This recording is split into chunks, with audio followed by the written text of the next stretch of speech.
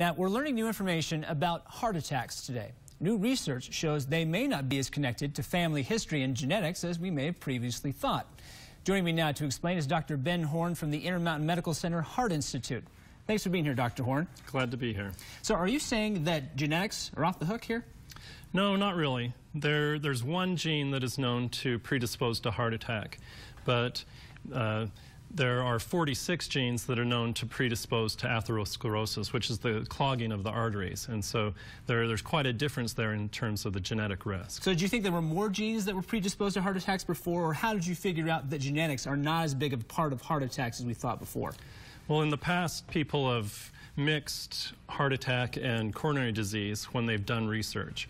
And we've been trying to do the difficult task of separating them, because coronary disease is the biggest risk for heart attack. But once you develop coronary disease, not everyone will go on to a heart attack. About half of people with coronary disease do. And we found using a population genealogy that we have linked to clinical information that in families where there are heart attacks occurring, that it doesn't cluster as strongly.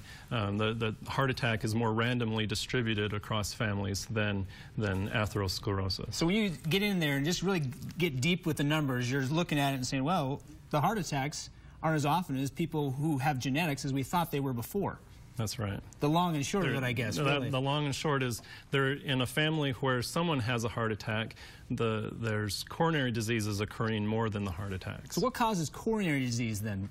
So coronary disease, the risk factors are smoking, high cholesterol, high blood pressure, diabetes, and so forth, physical inactivity, and obesity. Which one's the biggest one of all those you just mentioned? The biggest one probably is between smoking and high cholesterol. All right, so smoking, that's easy. If you're trying to avoid getting a heart attack, don't smoke. But the high cholesterol, what do you do if you have high cholesterol and don't want to get a heart attack?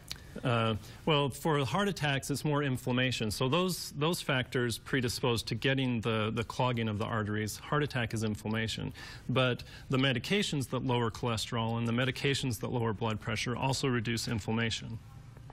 Physical activity reduces inflammation.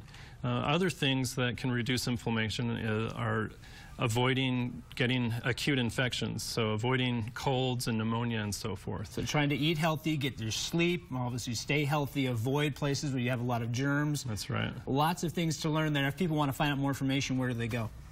Well, they can go to the Intermountain website. We have some up on our blog. And we'll have a link to that blog and the website at our website, goodforutah.com. Dr. Ben Horne, thanks for being here today. Thank you. Now,